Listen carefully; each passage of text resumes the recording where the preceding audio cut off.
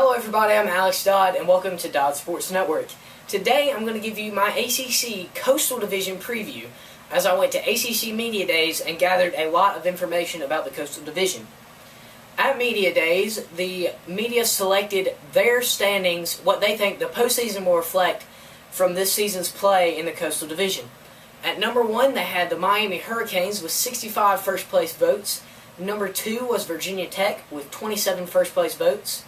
Number 3, the University of North Carolina with 22 first-place votes.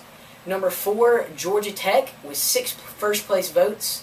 Number 5, the Pittsburgh Panthers, new ACC members this year. Number 6, the University of Virginia.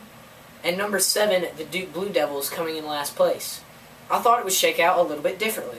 At number 1, I have Miami because they have 19 returning starters, 10 on offense, 9 on defense.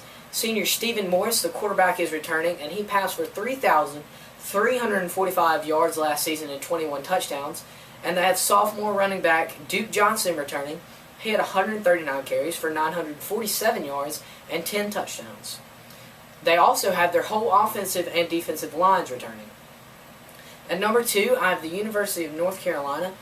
They have all of their skill position players returning except for Giovanni Bernard, the star running back from last season. And they lost 3 of their 5 offensive linemen to the NFL, but I believe they'll be alright and those roles will be filled on offense. Virginia Tech, I had them at number 3 with senior Logan Thomas returning for his last season, but they did lose 3 wide receivers, but I think they'll be alright at number 3 in the Coastal Division, and their defense will be really strong as they have 9 returning starters. I have Georgia Tech at number 4. They're going to be a really good team, but they're not going to be good enough to get over the hump of number 4 as they lost their quarterback, one of their A-backs, their wide receiver, right guard, and center on offense, which, I mean, that's just really tough to lose all those players on the offensive side of the ball.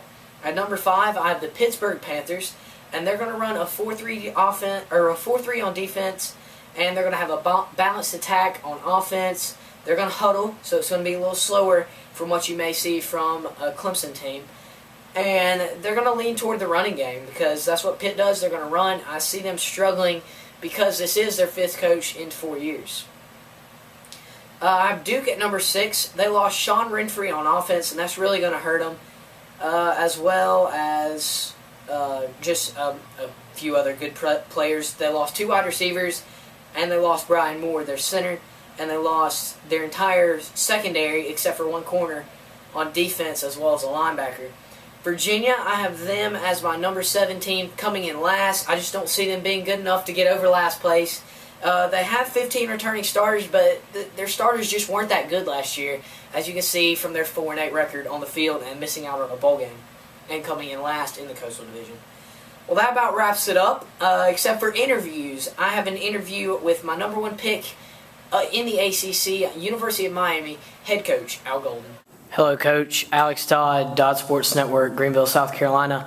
Last season, you tied for first in the Coastal, but didn't have a chance to go to the ACC Championship. Did that demotivate your team any coming into this season? Well, I think it was disappointing, but I think, if anything, it motivated our guys. And I think, as disappointing as that was, you know, during this whole ordeal that we've been going through, we haven't had one kid come in with their family and say, you know what, Coach, this is just too tenuous. I have no idea what's going on with the NCAA.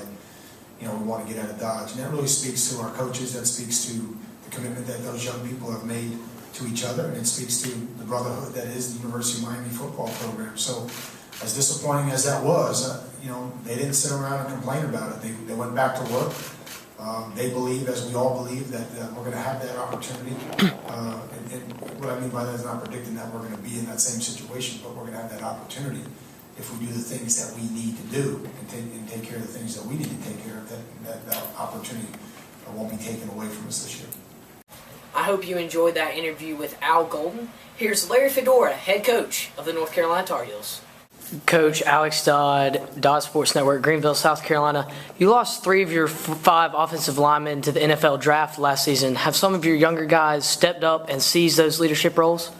Yeah, that's a great question. I don't know if any of the younger guys have stepped up into those leadership roles, but James Hurst, Russell Bodine, the 2 guys that we have returning, Landon Turner, who got a lot of reps for us last year, Those guys have stepped into that role. Now, you know, our left guard, I would say right now, Caleb Peterson is in that spot right now, coming out of spring ball. We don't have a right tackle that has established himself as a starter yet, so I wouldn't even throw out any names there. That is a concern going into fall camp, is those 5 guys up front. But I do know I've had, you know, Coach Cap's been with me for 6 years now. I am very comfortable with him. I know that he will put 5 guys out there that will be ready to play on August 29th. That's all I have for you today. Thank you for watching the show.